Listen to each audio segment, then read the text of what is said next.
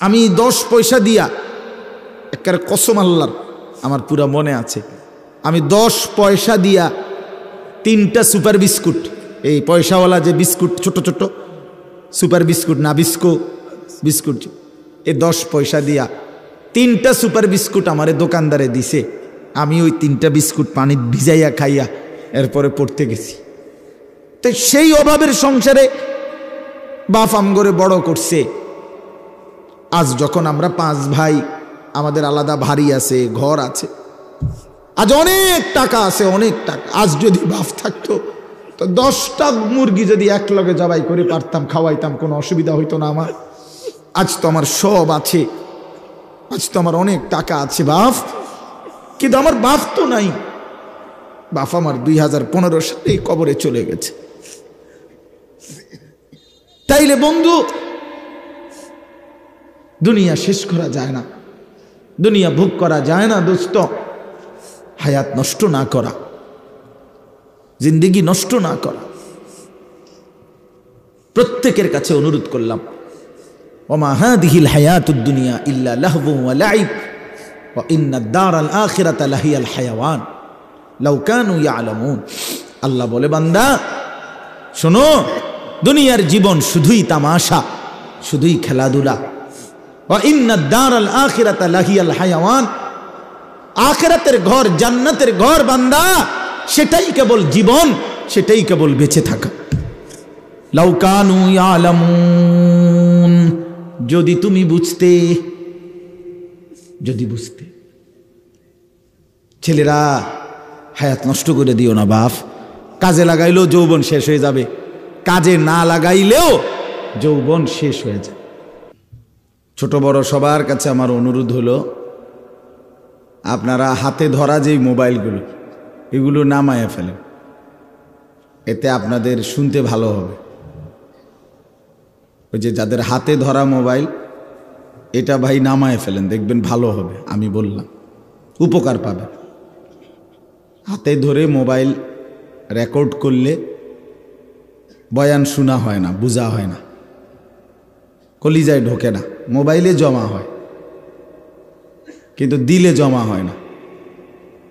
আর মোবাইলে যদি 50,000 ওয়াজও থাকে, আমার জীবনে যদি কোনো পরিবর্তন না থাকে, তো এই মোবাইলের ওয়াজ দিয়ে কি হবে? ফায়দা কি এতে? বাংলাদেশের সমস্ত বক্তার সাথে আমার একটা ছবি আছে, এতে করে হাসরের ময়দানে তো আমার কোনো বিচার হবে না, ঠিক না? কি বিচার হবে? এত বড় ভালো মানুষের বিচার কি? হ্যাঁ বলেন, মানে এটা আপনাদের বিবেকে কি বলে ভাই? নওজোয়ান ভাই তোমরাই বলো। সমস্ত হুজুরদের সাথে আমার একটা ছবি আছে, তো এতে করে আমার ফায়দা কি? আমার কোনো বিচার আচার, আমার হিসাবপত্র হবে না, তাইলে তাহলে এই সহজ কথাটা, একদম স্বাভাবিক একটা কথা যদি আমরা না বুঝি, কি অর্থ আছে এটা? কি অর্থ আছে? এই জন্য বাপ, দয়া করে, প্রচণ্ড ঠান্ডা, কুয়াশা, এই বসে থাকা অনেক কষ্টকর, আমি জানি। নিচে বসা কঠিন, ঠান্ডার মধ্যে বসে থাকা কষ্টকর। তো এই বসে থাকার বরকতে কষ্ট করলাম, বিনিময়ে আমার কোনো পরিবর্তন হলো না, ন্যূনতম হৃদয়ে কোনো অনুভূতি জাগলো না, বিবেক নড়াচড়া করলো না। কি হলো লাভ? কি ফায়দা হলো? আমি সব সময় বলি, প্রত্যেক দিন এই কথাটা বলি, যে বক্তা তো বদলাইলো অনেক, আমি বদলাইলাম কিনা এটা তো দেখা উচিত। আমার ভাই হজরত মৌলানা সালাউদ্দিন নয়নপুরী, আমার পরিচিত মানুষ, মহব্বতের মানুষ, আমগরে অনেক মহব্বত করে। এখানে আরো অনেক ওলামায়ে কেরাম। এখন বক্তা তো বদলাইলো, আসরের পরে একজন, মাগরিবের পরে একজন, এশার পরে 2 জন, 4 জন 5 জন বক্তা, কিন্তু আমি বদলাইলাম কোথায়? আপনার আমার জিন্দিগি বদলাবে কখন সেটা বলেন?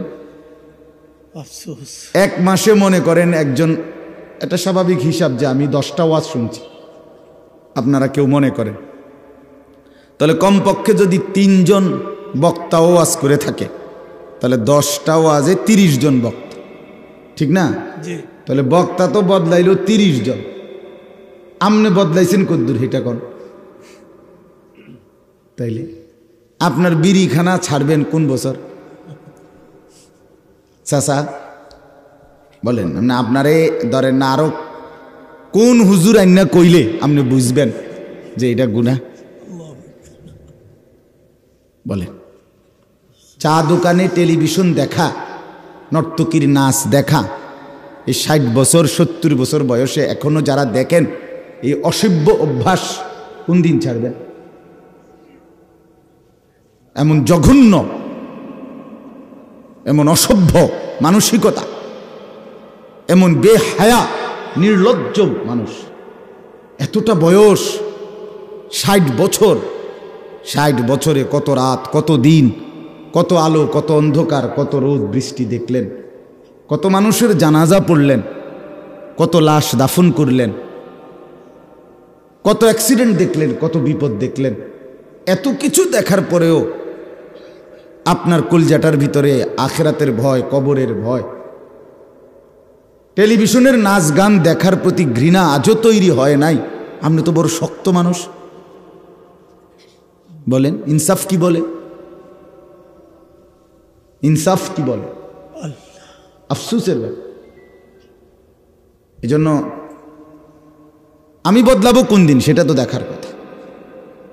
20 বছর ধরে, 20 বছর ধরে যার ঘরে রঙিন টেলিভিশন চলতেছে, বউ বাচ্চা ছেলে মেয়ে প্রতিদিন নাচ গান নাটক সিনেমা দেখে বাপ, আপনি চাচা বাবা অভিভাবক, আপনারা আল্লাহর দোহাই দিয়া বলেন, আর কত বছর পরে আপনার মনে পড়বে, বুঝবেন যে এটা গুনাহ?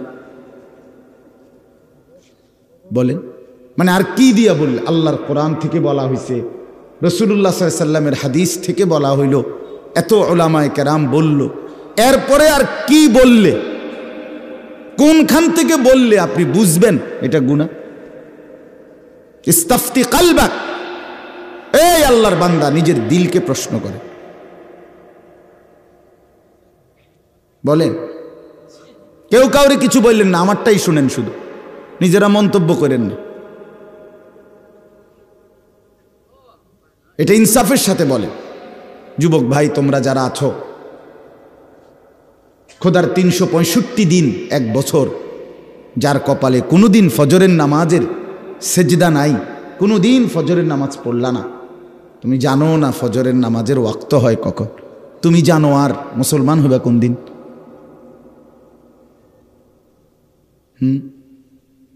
বলো ভাইয়া, তুমি মানুষের বাচ্চা হবা কোন দিন? যার কপালে সেজদা নাই, আমার তো তারে মানুষের বাচ্চা মনে হয় না। কোরআনুল কারীমে আল্লাহ তাআলা জানোয়ার বলছে যে মানুষগুলোকে, সে না হইলে কে হবে? তাহলে কারে বলতে চাইছে? 365 দিন তো 1 বছর, 5 বছরে 10 বছরে কোনোদিন বলতে পারবে না ফজরের ওয়াক্ত হয় কখন। এমন ডাকাত, এমন পাষাণ, এমন জালেম এখানে নাই?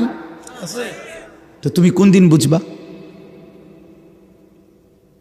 বলেন কোন দিন অনুভব হবে? আর কোন হুজুর বললে, আল্লাহর কিতাব কোরআন ছাড়া আর কোথা থেকে বললে আপনি বুঝবেন? এই জন্য আমার বাপ,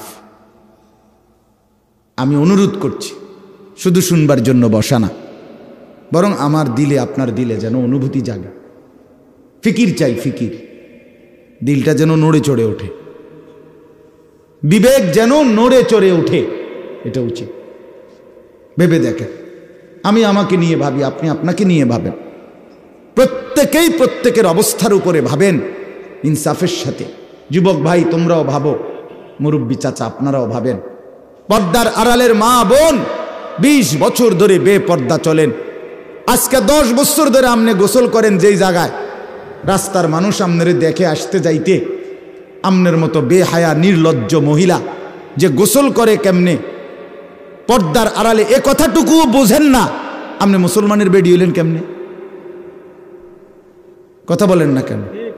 আপনার মতো বেশরম মহিলা আল্লাহর জমিন আর কে? কোন দিন বুঝবেন আপনি? কত বছর পরে বুঝবেন আপনি বেপর্দা জিন্দিগি এটা গুনাহ? আপনাদের যাদের ছেলে নামাজ পড়ে না, মেয়ে পর্দা করে না, স্ত্রী পর্দা করে না, আপনাদের যাদের ঘরে আপনাদের টাকা দিয়ে বিদ্যুৎ বিল দেন, আপনাদের টাকা দিয়ে ইন্টারনেটের বিল দেন, ডিশের বিল দেন, আর সেই টাকা দিয়ে আপনাদের ঘরে আপনাদের স্ত্রী সন্তান টেলিভিশনে নাচ গান নাটক সিনেমা নর্তকীর ছবি জিনা ব্যভিচার দেখে, আল্লাহর কসম পুরুষরা আপনাদের যাদের ঘরে টেলিভিশনে বউ বাচ্চা নাচ গান দেখে আপনারা প্রত্যেকে দায়ুস। আমার নাম আনিসুর রহমান, মনে রাখেন। আরেকবার না আয়নের খেয়ালে কইছি, আজ যাতে আয়ন না লাগে, একবারে ওয়াজ মনে রাখবেন। স্পষ্ট হাদিস, আল্লাহর নবী সাল্লাল্লাহু আলাইহি সাল্লাম বলেন 3 ধরনের ব্যক্তির জন্য জান্নাত হারাম। হারামাল্লাহু আলাইহিমুল জান্নাহ তালাসা, 3 ধরনের ব্যক্তি নবীজি বলছেন। 1 নাম্বার হলো মুদমিনু খাম, নেশাখোর মদখোর, মদ পান করে যে নেশা করে, এই নেশাখোর জানোয়ার মদখোর, ফেন্সিখোর, বাবাখোর, ডাইলখোর, আবার ট্যাবলেট ব্যবহার করে, তার জন্য আল্লাহ রাসূল বলছে জান্নাত তোর জন্য হারাম। 2 নাম্বার আকুল ওয়ালিদাইন, পিতা মাতার নাফরমান, মা বাবারে কষ্ট দেয় যে, মা বাবার উপরে জুলুম করে যে, মা বাবার অবাধ্য যে, তার জন্য জান্নাত হারাম। আর 3 নাম্বার ওয়াদাইয়ুস। এখন প্রশ্ন হইল দাইয়ুসের জন্য আল্লাহ রাসূল বলছে জান্নাত হারাম। এখন দাইয়ুস কে? খোদার কসম আমার ব্যাখ্যার দরকার নাই, আমার কথা না, রাগ হওয়ার কোনো সুযোগ নাই। আল্লাহ রাসূল বলছেন সাল্লাল্লাহু আলাইহি ওয়াসাল্লাম আল্লাযী ওয়াদাইয়ুস আল্লাযী ইউকিররু আহলাহু আল খুবুস। এটাই হাদিসের ইবারত। রাসূলুল্লাহ সাল্লাল্লাহু আলাইহি ওয়াসাল্লাম বলেন এবং দাইয়ুসের জন্য জান্নাত হারাম। আর দাইয়ুস বলে যে তার পরিবারের স্ত্রী সন্তানের জন্য গুনাহ, নাফরমানি, খাবাসাত, জঘন্যতা, অশ্লীলতা, বেহায়াপনা, অসভ্যতাকে স্বীকৃতি দেয়, মেনে নেয়, তারে বলে দাইয়ুস, তার জন্য জান্নাত হারাম। হ আকার হা, অন্ত্যেষ্টিয় আকার ম, হারাম। বানান করে কইছে, আবার যদি কেউ বানান না পারে আল্লাহ বানান করে কইছে।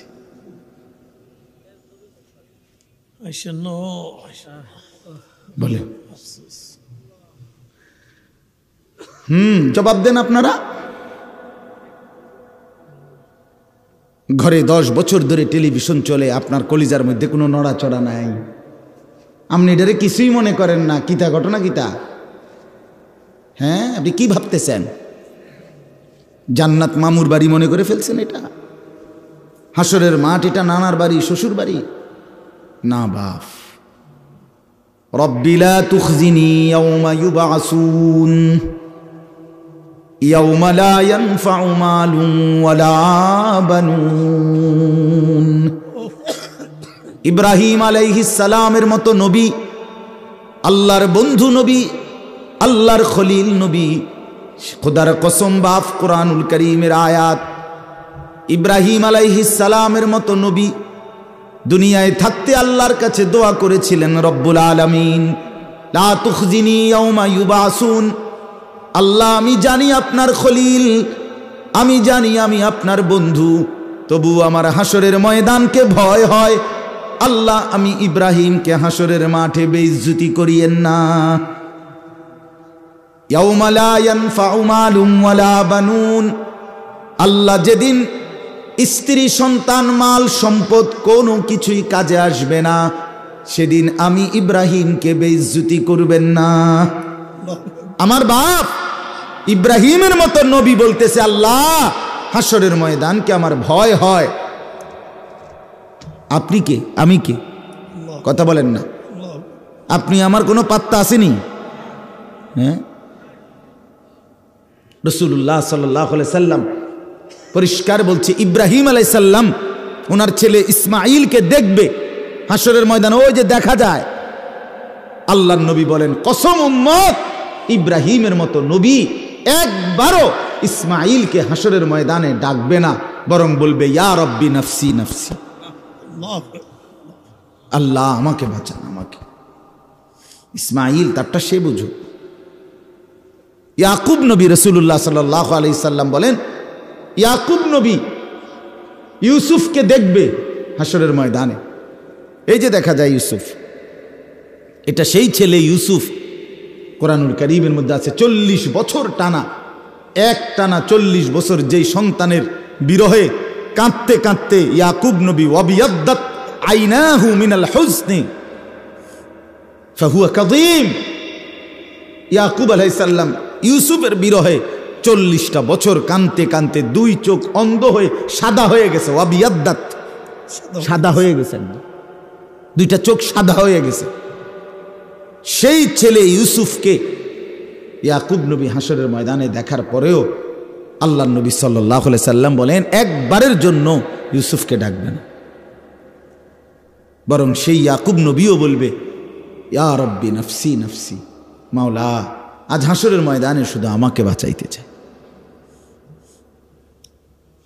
ইয়া আইয়ুহান নাস ইত্তাকু রাব্বাকুম ইন্না জালজালাতাস সাআতি শাইউন আযীম। রব্বুল আলামিন বলেন, হে মানুষ, তোমরা সকলেই তোমাদের রব আল্লাহকেই ভয় করো। ইন্না জালজালাতাস সাআতি শাইউন আযীম। আল্লাহ বলে, আমার বান্দারা মনে রেখো, কিয়ামতের ভূমিকম্প বড়ই ভয়ানক হবে বান্দা।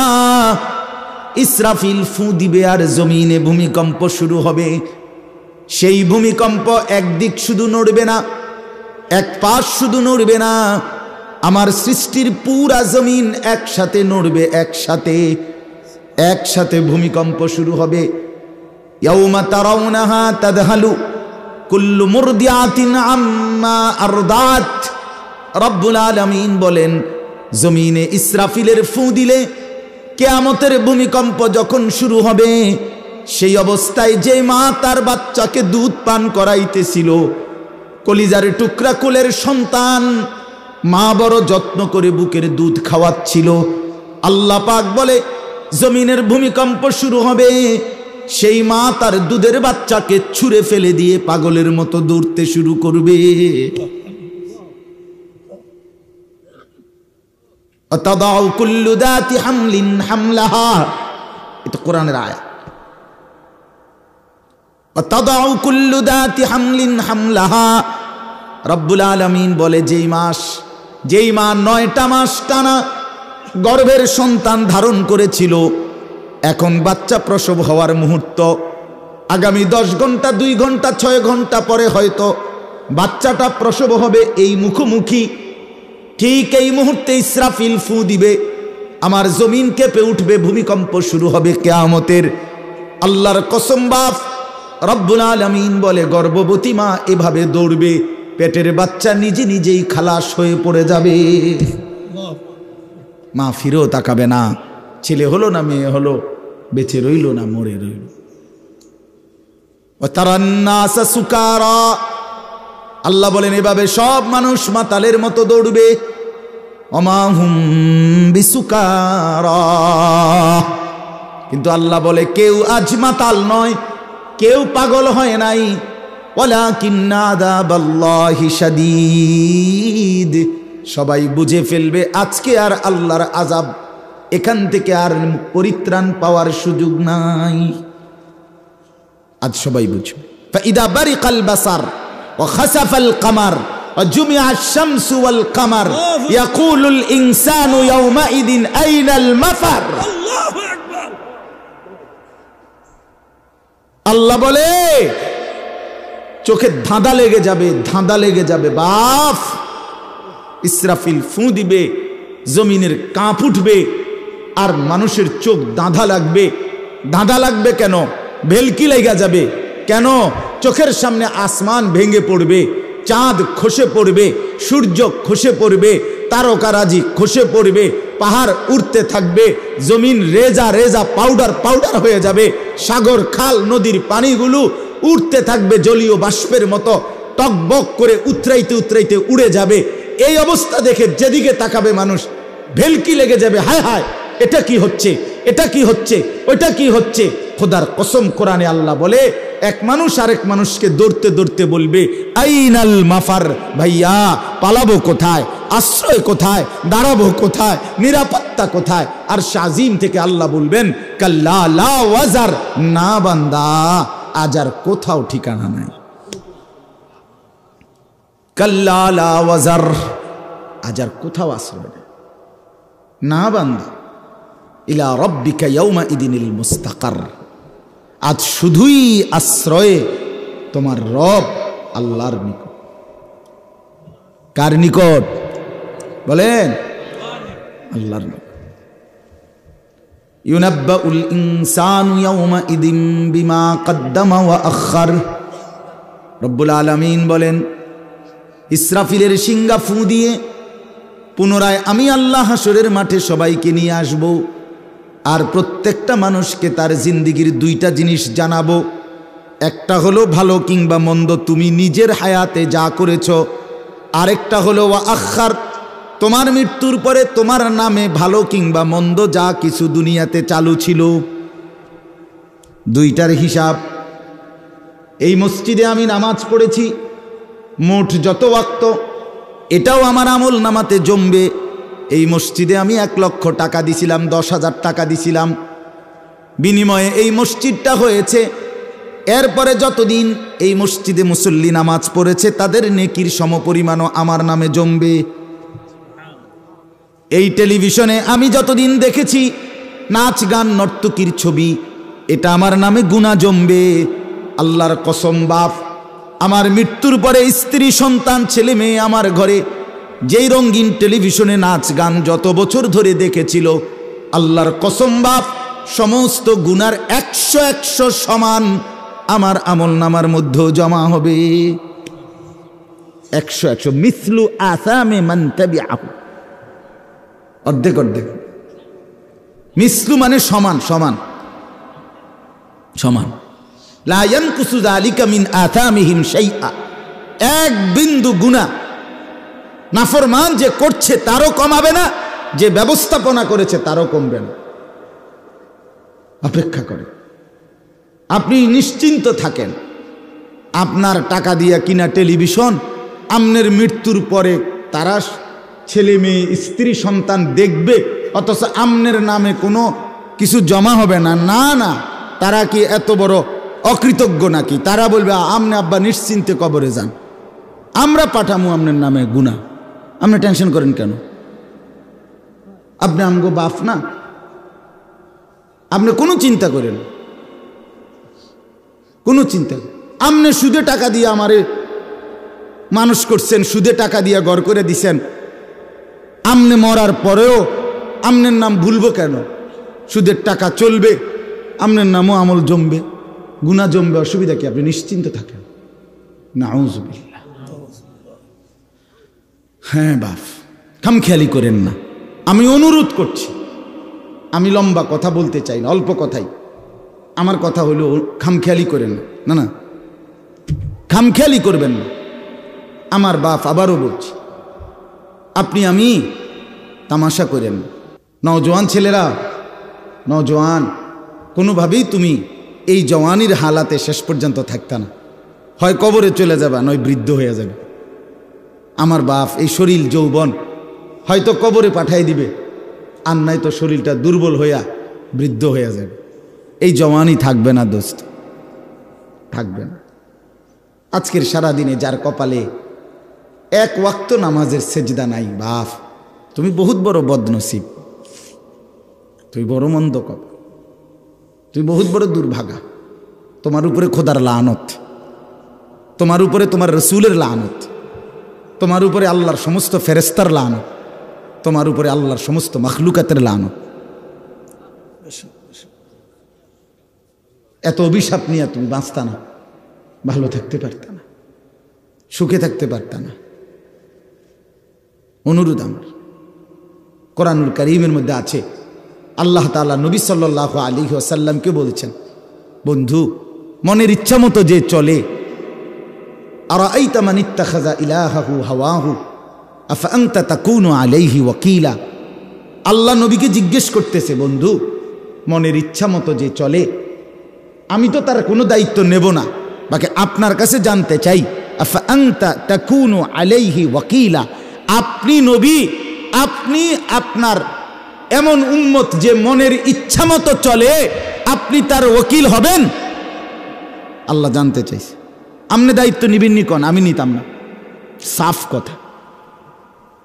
আমাকে সেজদা করে নাই এমন নাফরমানের দায়িত্ব আমি নেব না, আপনি নেবেন কিনা কোন? তো নবী কি বলবে? হ আমি নিব। হ্যাঁ, কথা। রাসূলুল্লাহ সাল্লাল্লাহু আলাইহি ওয়াসাল্লাম বলবে যে আল্লাহ, যে আমনের দুশ্মন সে আমার বন্ধু। তাইলে তাইলে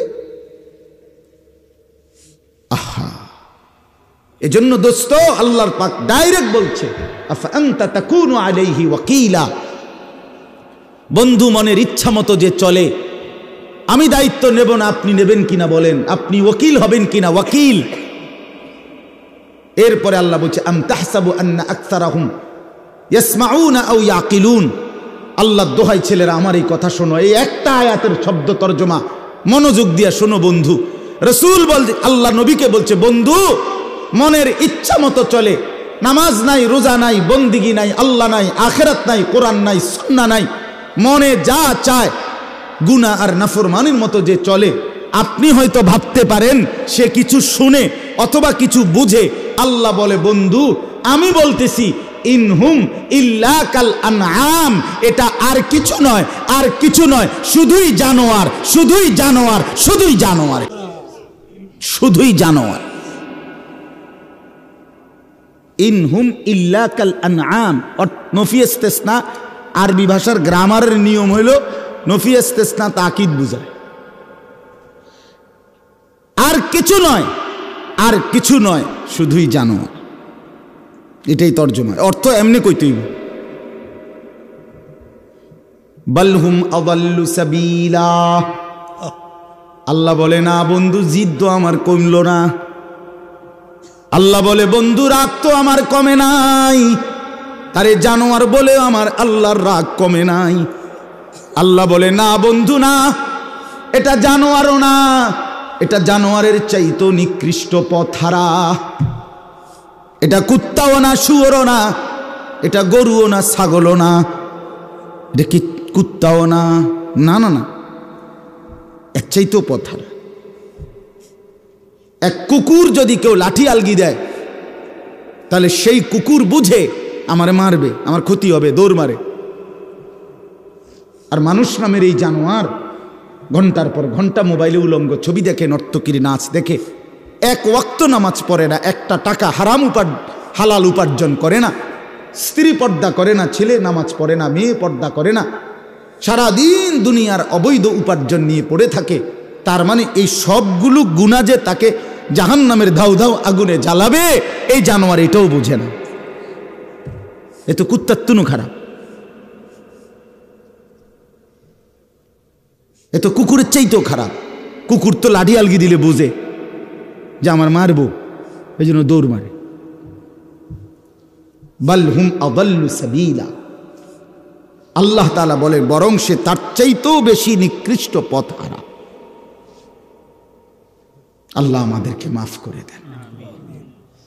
আমার ভাই, শক্ত কথা বলছি শুধু এই কারণে, দিল জাগাইতে চাইছি, নইলে আমার কোনো কারোর সাথে কাজ্জা হয়েছে না, এনে বলে আইয়ে একটা মারামারি হয়েছে, আজ যা সুযোগ পাইছি মাইকে সুইরালাম। ব্যাপারটা এমন এমন কিচ্ছু মনে করায় দেওয়া। কেন ভুলে যাব আল্লাহকে? কেন ভুলে যাব আল্লাহকে? কেন আখিরাত ভুলে যাব আমরা? আল্লাহকে কেন ভুলে যাওয়া? দুনিয়া আমাদেরকে কি দিল? নর্তকী আমাদেরকে কি দিল? গান, বাদ্য, নাটক, সিনেমা আমাদেরকে কি দিল? হারাম উপার্জন যে মানুষগুলো করছেন, আল্লাহর কসম করে বলেন, তার কি সংসারের প্রয়োজন, চাহিদা শেষ পর্যন্ত পূরণ হয়ে গেছে? তাই লাভ হয়েছে কি? হালাল উপার্জন যে করে তারও সংসারের অসংখ্য চাহিদা অপূর্ণ থেকে যায়, হারাম যে উপার্জন করে তারও থেকে যায়। দুনিয়া তো রাক্ষস, দুনিয়া তৃপ্ত হয় না। আমি প্রত্যেক দিন বলি, দুনিয়া কাউকে তৃপ্ত হতে দেয় না। দুনিয়া একটা রাক্ষসের নাম, যে রাক্ষস এতগুলো দিলেও গিলে ফেলে আবার মুখ হা করে, এর নাম দুনিয়া। দুনিয়া ছোট কম্বলের মতো, যে কম্বল নিচেরটা ঢাইকা দিলে উপরটা খালি হয়ে যায়, উপর অংশ ঢাকলে নিচের অংশ খালি হয়। রাসূলুল্লাহ সাল্লাল্লাহু আলাইহি ওয়াসাল্লাম বলেন, লা ইয়ামলাউ জাওফু ইবনু আদামা ইল্লা তুরাব। কবরের মাটিতে ঢুকা পর্যন্ত খোদার কসম নবী বলেন, বনি আদমের পেট ভরবে না। বনি আদম মানুষ তৃপ্ত হবে সেদিন, স্বস্তি পাবে সেদিন, স্থির হবে সেদিন যেদিন কবরে ঢুকবে। তার আগ পর্যন্ত কি নাই? তৃপ্তি নেই। দুনিয়া তৃপ্ত করে না, দুনিয়া তৃপ্ত করে। হাত্তা ইদা আখাদাতিল আরদু যুখরুফাহা ওয়া যায়্যানাত ওয়া যান্না আহলুহা আন্নাহুম কাদিরুনা আলাইহা আতাহা আমরুনা লাইলান আও নাহারান ফাজআলনাহা হাসীদান কাআল্লাম তাগনা বিল আমস। সূরা ইউনূসের আয়াত। আল্লাহ বলেন, দুনিয়া কেমন জানো? এক কৃষক খেতে ধান ফলাইছিল, সারা খেতে সবুজ গাছ ভরে উঠছে। কৃষক খুব খুশি, এত সুন্দর ধান হইছে, সবুজ গাছ হইছে এবং সবগুলো ধান বের হইছে। কৃষক বসে বসে ধান ক্ষেতের পাশে দাঁড়াইয়া আগামী 2 বছরের 1 বছরের পরিকল্পনা লাভের করতেছে, যে এই ধানগুলো বিক্রি করে আল্লাহর রহমতে আশা করি লাখ 2 টাকা যদি মিল হয়, দোতলার কামড়া ধরমু, ফোলাগা বিদেশ ফাটামু, মেয়েটা বিয়ে দেবো, হ্যাঁ, অথবা 2টা রোম আর বাকি, 2টা রোম শেষ করমু। এইভাবে ভেবে সে তার প্ল্যান প্রোগ্রাম করতেছে। কিসের উপরে? সবুজ ধান গাছগুলোর উপরে তাকাইয়া। আল্লাহ বলেন, আতাহা আমরুনা লাইলান আও নাহারান। হঠাৎ এক রাতে অথবা সকালে এই লোকের অগোচরে আমি আল্লাহর পক্ষ থেকে হয়তো মুষলধারে প্রচণ্ড বৃষ্টি অথবা প্রচণ্ড ঝড়ো বাতাস অথবা যেই কোনো রকমের পোক, কোনো কিছু পোকা এই ক্ষেতের মধ্যে লাগছে। 1 ঘন্টায় 1 ঘন্টায় 1 রাতে সকালবেলা আইসা সে দেখছে একদম মাটির সাথে মিশে গেছে ফসল। কাআল্লাম তাগনা বিল আমস, মনে হচ্ছিল যেন গতকালকে এখানে কিছুই ছিল না। আল্লাহ বলে, ঠিক দুনিয়ার জীবন বান্দা এমন। 50 বছর পরিকল্পনা করে, কত কষ্ট রক্ত পানি করে, রাত দিন হালাল হারাম বাজ বিচার করে নাই। কিসের আল্লাহ, কিসের নামাজ, কিসের রোজা, কিসের হালাল হারামের পার্থক্য? দুনিয়া শুধু 2 হাতে ছিঁড়া কামড়াইয়া দুনিয়া জোগাড় করছে। জোগাড় করার পরে এখন যখন সিদ্ধান্ত নিছে ভোগ করবে দুনিয়া, মালাকুল মউত আজরাইল আইসা বলছে, চাচা চলেন, যাওয়ার সময় হয়ে গেছে, যাওয়ার সময় হয়ে গেছে। হ্যাঁ, আমরা কিতাবে পড়ছি, দিল্লির একজন সম্রাট ছিল শের শাহ। শের শাহ তিনি দিল্লির বাদশাহ হয়েছিলেন। তো দীর্ঘ 60 বছর যুদ্ধ করে লাগাতার শেষ পর্যন্ত উনি দিল্লির ক্ষমতা দখল করছিলেন, দিল্লির বাদশাহ হয়েছিলেন। তখন ওনার বয়স হয়ে গেছে 70 ঊর্ধ্বে। যখন উনি দিল্লির মসনদে বসছেন, ইতিহাসের বক্তব্যে আছে দিল্লির সম্রাট শের শাহ একদিন বলছিলেন এই অবস্থায় যে, হায়, আমার রাজত্বের সূর্য যখন উঠল, আমার হায়াতের সূর্য যখন ডুবতে শুরু করল। আমার রাজত্বের সূর্য তো উঠছে, আজ তো আমার ক্ষমতার অনেক কিছু হয়েছে, কিন্তু আমার হায়াতের সূর্য তো ডুবতে শুরু করছে। আমার তো আর এখন উপভোগ করার টাইম নেই। আমার বাপ হতে পারে কবরে পৌঁছায় দিবে, অথবা অসুস্থ, রোগ, বৃদ্ধ, দুর্বলতা অক্ষম করে দিবে। আমরা 5 ভাই 3 বোন 8 জন। আমার আব্বা 43 বছর এক মসজিদে ইমামতি করছে, একটা প্রাইমারি স্কুলের মাস্টারি করছে। 8 জন ভাই বোনকে অনেক কষ্ট কইরা অভাবের সংসারে আব্বা পড়ালেখা করাইয়া দিন শিখাইছে। অনেক কষ্ট হয়েছে বাপের, সেই স্মৃতি আমার পুরা মনে আছে। বাপ অভাবের সংসারে বাবার টানা হেসরাটা কেমন ছিল। 8টা ভাই বোন, পড়ালেখা করাইতে গিয়ে বাবার বুকটা মাটির সাথে লাগিয়া গেছে। একটা গেঞ্জি দিয়েও বাবার জিন্দেগি চলছে।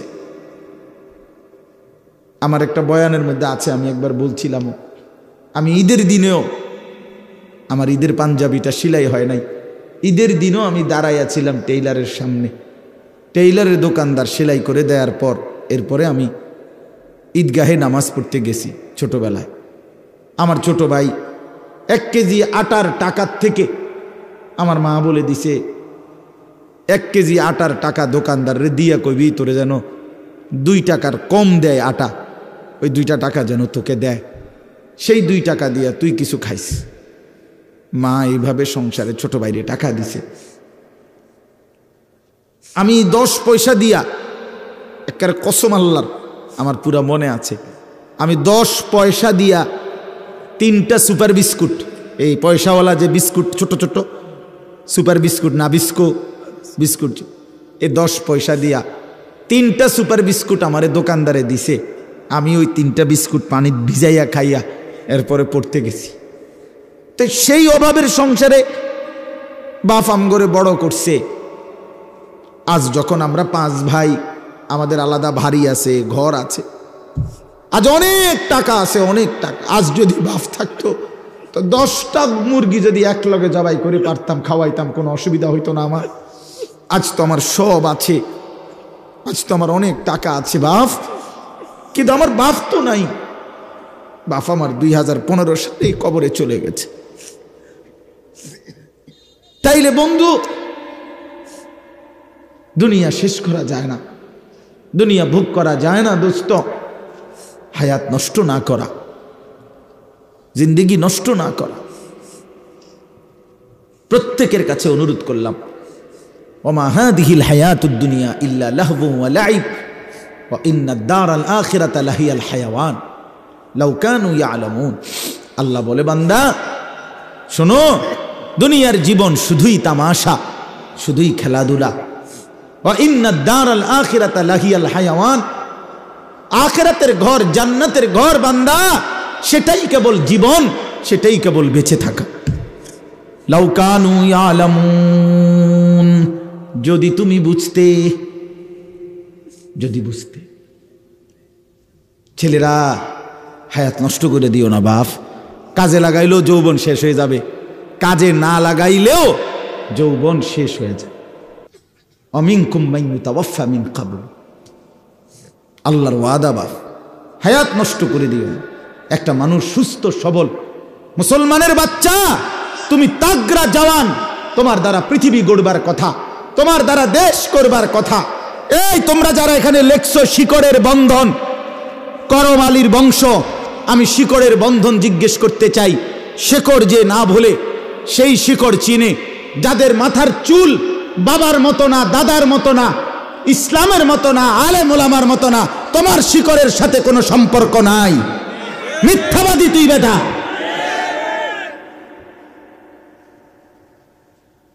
তোর বাবা কোনোদিন এই চুল রাখে নাই।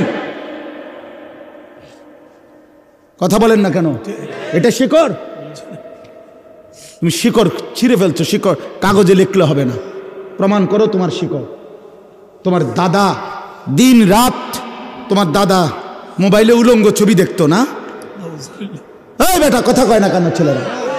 তোমার বাপ দিবানিশি মোবাইলে উলঙ্গ ছবি দেখতো, তো তুমি যে সারা দিন সারা রাত মোবাইলে উলঙ্গ ছবি দেখো, সারা দিন এটা টিপো, এটা নি শেকড়। কোথায় তোমার শেকড়? কই? আমার শেকড়ের বন্ধন আছে। আমার বাপকে দেখছি আজীবন পাঞ্জাবি গায়ে দিছে, আমি পাঞ্জাবি গায়ে দিই। আমার বাপ আজীবন টুপি মাথায় দিছে, আমার টুপি আছে। আমার বাপ আজীবন দাড়ি রাখছে, আমার দাড়ি আছে। আমার বাপ আজীবন মিসওয়াক করছে, আমার মিসওয়াক আছে। আমার বাপ আজীবন টয়লেট পেপার ব্যবহার করছে, আমার টয়লেট পেপার আছে। আমার বাপ আজীবন তসবি ব্যবহার করছে, আমার কাছে তসবি আছে, ওই যে তসবি এনে থুইলাম। আমার বাপ আজীবন আতর ব্যবহার করতেন, আমার কাছে আতর আছে। আমি শেকড়ের বন্ধন আছি আমার। তোমার শেকড়ের বন্ধন তুমি বলো, বলো মিয়া, তোমার ইসলাম তুমি বুঝায় দাও।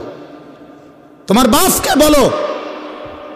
আমি তো অসংখ্যবার বলছি, তোমরা যারা সিনেমার নর্তকীর ছবি, নাচ গান, জিনা ব্যভিচারের দৃশ্য দেখো, এই বাপ তোমরা এক পবিত্র মুসলমান মায়ের 2 বছর দুধ খাইয়া বড় হইছিলা, তোমরা ওই নর্তকীর হাতে বড় হও নাই, মায়ের হাতে বড় হইছো তোমরা। তুই বেটা নর্তকীর সন্তান না, তুই এক মুসলমান মায়ের সন্তান। তুই মাকে ভুলে গেলি কেন? এই বেটা মাকে ভুলে গেলি কেন? বাবাকে ভুলে গেলি কেন? আল্লাহকে ভুলে গেলি কেন? ইয়া আইয়ুহাল ইনসান মা গাররাকা বিরাব্বিকাল কারীম। হযরত মাওলানা তারেক জামিল সাহেব, পাকিস্তানের দাওয়াত ও তাবলীগের বিশ্ববিখ্যাত মুরব্বী, উনি এই আয়াতের এইসা শানদার তর্জমা বলছিলেন। উনি উদাহরণ দিছিলেন যে এক মা, এই যে এই ভাই, তো এক মা যদি তার সন্তানকে এইভাবে বুকের কাছে জড়ায় ধরা, মা যদি চোখের পানি ফেলে বলে, বাপ আজকে 6টা মাস মারে সারা কেমনে থাকলি রে বাপ। এক মা যদি বলে, কল্পনা করেন তো, আজকে 6টা মাস বাপ একটা ফোন করলি না, মার একটা খবর নিলি না, এ কথা বলে যদি কোনো মা কাঁদা দেয়, আচ্ছা পাথরের মতো দিল সন্তানের কলিজা কি আর বাদ মানবে? হ্যাঁ, হযরত মাওলানা তারেক জামিল সাহেব বলে, আল্লাহ যেন এরকম বুকে কাছেটাই না, মাথায় হাত বুলায়া আল্লাহ যেন বলে, আনিস আজ একটা বছর কোনো দিন আমার ফজরের নামাজে সেজদা দিয়ে না থাকতে পারলি কেমনে রে বাপ? কি জবাব? হ্যাঁ, আল্লাহ যদি বলে রাত 11টা বাজে ঘুম থেকে তুলে, আনিস আজকের সারাটা দিনে এক ওয়াক্ত নামাজ না পড়ে আমারে ভুলে কেমনে রে থাকতে পারলি, কি জবাব দিবা যুবক? কি বলবেন? ওই মা আপনারা যারা নামাজ পড়েন নাই, আপনারা কি বলবেন? বোন আপনারা যারা বেপর্দা, আপনারা কি বলবেন? মা গাররাকা বিরাব্বিকাল কারীম। আল্লাহ বলে, হে মানুষ, আমার মতো দয়ালু মেহেরবান মনিব থেকে কে তোমারে আলাদা করে দিল? আমার চাইতে ভালো কোথায় পাইলা? এত বড় আসমান দিয়ে যে মনিব আমি তোমাদেরকে লালন করছি, আমার চাইতে দয়ালু মনিব কই পাইলা? এত বড় জমিন, ওয়াস-সামাআ বানাইনাহা বিআইদিন ওয়া ইন্না লামুসিউন। আল্লাহ বলেন, বিস্তীর্ণ এই আসমান তো আমি আল্লাহ আমার নিজ কুদরতি হাতে বানিয়েছি। ওয়াল আরদা ফারাশনাহা ফানি'মাল মাহিদুন। আল্লাহ বলে, পায়ের নিচের এই জমিন তো বান্দা আমি আল্লাহ নিজে বিছিয়ে দিয়েছি। কে বিছাইছে? বলেন সবাই, আসমান কে করেছে?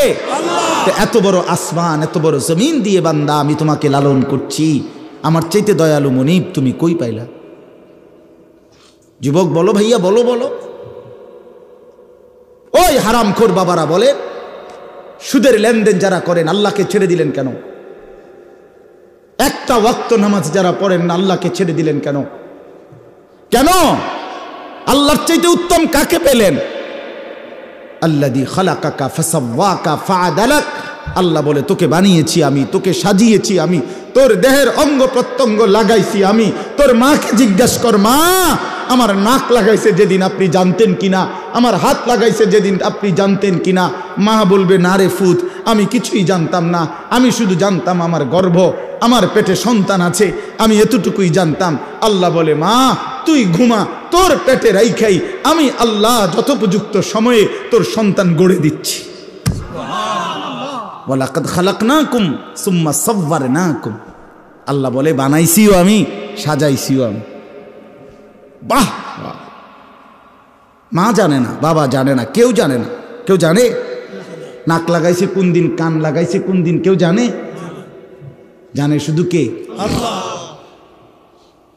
সেই আল্লাহকে কেন ভুলে যাওয়া বাপ? কেন? আজকের থেকে সিদ্ধান্ত নিই, আল্লাহকে নারাজ করব না ইনশাআল্লাহ। যুবক ভাই বলো না, নওজোয়ান বলো, এই চুল কাইটা ফেলো, চুল কাইটা ফেলো। বন্ধু মনে রাখো, এই চুল, এই সামনে ডানে বামে বড় চুল যাদের, আল্লাহর দোহাই, এই চুল থাকা অবস্থায় তুমি দাজ্জাল থেকে বাঁচতে পারবা না, তোমার ঈমান বাঁচবে না। একেবারে আল্লাহর কসম, আমি বন্ধু যদি বলো তোমার বুকে জড়াই এক ধরে কইতে আমি রাজি, তুমি বাঁচতে পারতা না। যদি এই চুল থাকা অবস্থায় দাজ্জাল বের হয় তুমি ঈমান বাঁচাইতে পারতা না। এই চুল থাকা অবস্থায় যদি তোমার ইমাম মাহাদি বের হয় তুমি ওনার পক্ষে যাইতে পারতা না।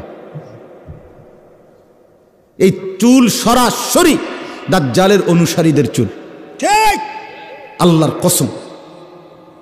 রাসূলুল্লাহ সাল্লাল্লাহু আলাইহি সাল্লাম দাজ্জালের যতগুলো বর্ণনা দিয়েছেন তন্মধ্যে দাজ্জালের চুলের বর্ণনা প্রত্যেক হাদিসে যতবার নবীজি দাজ্জালের চেহারার বর্ণনা দিছে ততবার চুলের কথা কইছে। কেন কইলেন এত গুরুত্ব দিয়া? নবী সাল্লাল্লাহু আলাইহি সাল্লাম বলছে। হ্যাঁ বা এই জন্য দুশ্মন কৌশল করে এই চুল বর্তমান মুসলিম যুব সমাজের কাছে ব্যাপক পরিচিত করে দিছে। এই বিকৃত কাটিংয়ের চুল, মানে চুল তো আমরাও কাটাইছি ছোটবেলা, যৌবন তো 18-20 বছর বয়সের হায়াত আমরাও তো পার করে আসছি, সেলুনে তো আমরাও বহুবার গেছি, কিন্তু এত রকমের চারদিকে কোবাইন্না কাটিং চুল এটি তো আর দেখছি না।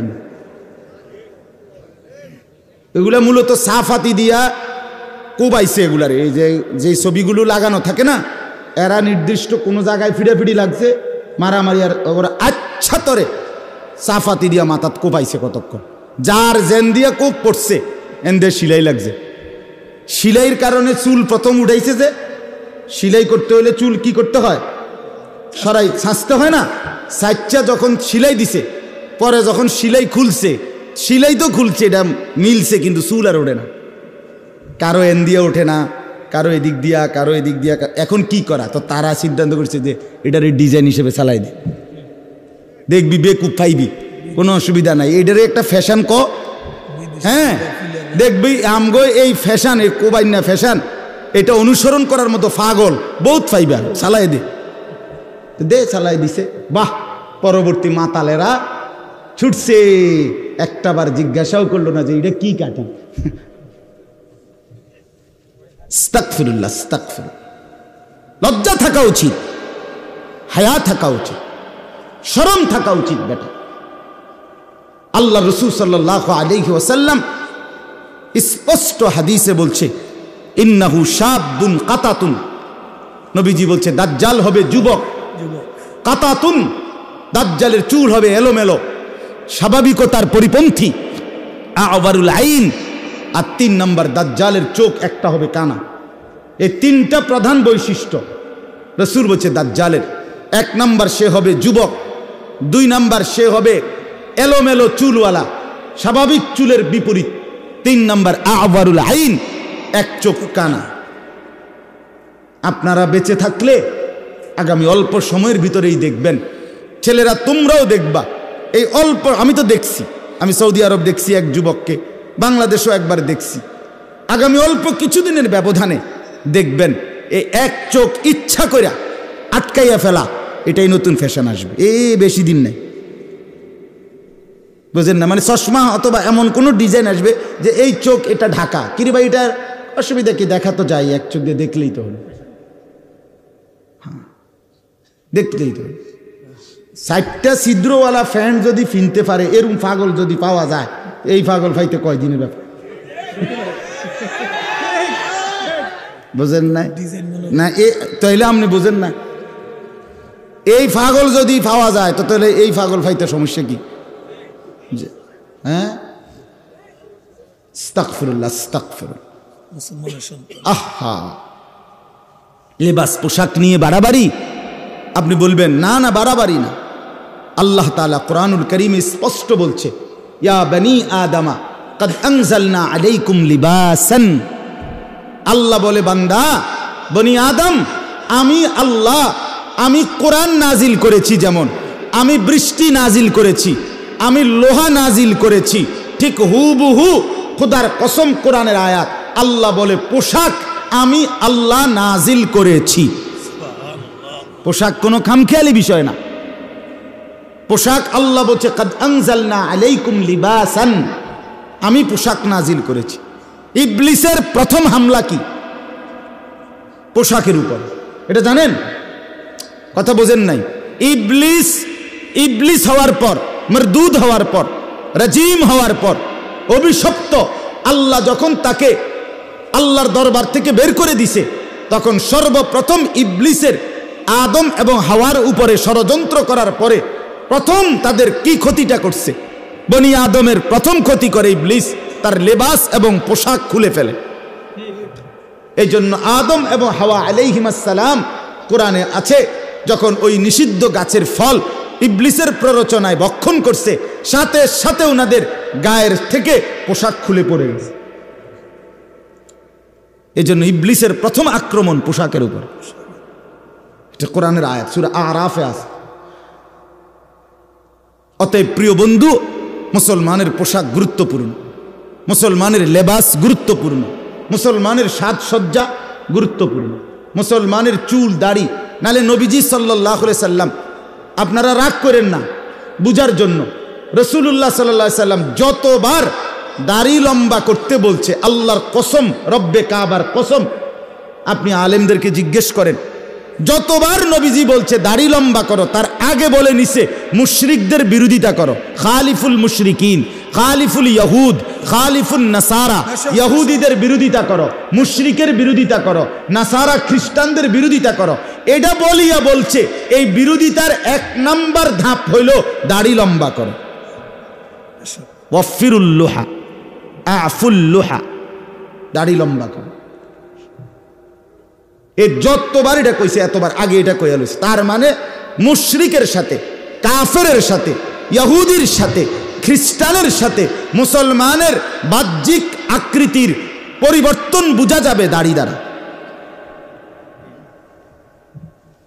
আর জন্য আপনি এটা খামখেয়ালি মনে করেন। হুজুররা আপনারা বাড়াবাড়ি করেন, হুজুররা ইসলাম উদার, আপনারা অনেক সংকীর্ণ কোণে দিছেন। কি উদার মানে? যে সমস্ত নাস্তিক মুরতাদরা, ইসলামের দুশ্মনরা বলে ইসলাম উদার, তোদের এই উদারের অর্থ কি? মানে বেডা বেডি, হালাল হারাম, জায়েজ না জায়েজ, কিচ্ছুর কোনো বাস বিচার নাই, এটা নিয়ে উদারতা? কথা বলেন না কেন? আপনারা শুনবেন, অলরেডি বাংলাদেশে শক্তভাবে কার্যক্রম চলতেছে যে এই ট্রান্সজেন্ডার মতবাদ নিয়ে। এই ট্রান্সজেন্ডারের জঘন্য থাবা আমার সমাজকে জিনা, ব্যভিচার আর অসভ্যতার একেবারে ডাস্টবিন বানায় ফেলবে। এটা গ্রামের মানুষ আপনারা অনেকে জানেনও না, আপনারা বুঝমান ছেলেদের কাছ থেকে জেনে নিবেন। সারা ইউরোপের মধ্যে নতুন মতবাদ হইল নারী এবং পুরুষের মধ্যে তাদের দেহ মূল কিছু না, মন হইল মূল বিষয়। বর্তমান পৃথিবীর আধুনিক ইউরোপের একটি মতবাদ, নারী পুরুষ দেহের দ্বারা না, নারী পুরুষ মনের দ্বারা নির্মিত হয়, দেহ দ্বারা না। কোন ছেলে যদি 18 বছরের ছেলে, তার সারা দেহের অঙ্গ পুরুষের, ছেলের অঙ্গ, সে যদি বলে, তার মন যদি বলে সে আমি নারী, তাইলে আধুনিক ইউরোপের দাবি হল তাকে নারী হিসেবে পরিবর্তন হওয়ার অধিকার দিতে হবে। এটারই ট্রান্সজেন্ডার করে। কোন মেয়ের দেহের অঙ্গ নারীর, কিন্তু সে যদি বলে যে আমার দেহ যদিও নারীর কিন্তু আমার মন বলে আমি পুরুষ, তাহলে তাদের দাবি, এবং বাংলাদেশে এটা পুরাপুরি অলরেডি ট্রান্সজেন্ডার সুরক্ষা আইনের খসড়া লেখা হয়েছে, এই কিছুদিনের মধ্যে পাশ হয়ে যাবে। অর্থাৎ তাকে নারীর হওয়ার পরেও, সারা দেহের অঙ্গ নারী হওয়ার পরেও তাকে অপারেশন করে, সার্জারি করে ছেলে হওয়ার সুযোগ দিতে হবে। অথবা যদি সে সার্জারিও না করে, অঙ্গ দেহে মেয়ের নিয়েই সে যদি ছেলের মতো সাজে, তাইলে ছেলেদের সাথে তাকে থাকতে, চলতে, উঠতে, বসতে, শুইতে, খাইতে, ঘুমাইতে দিতে হবে।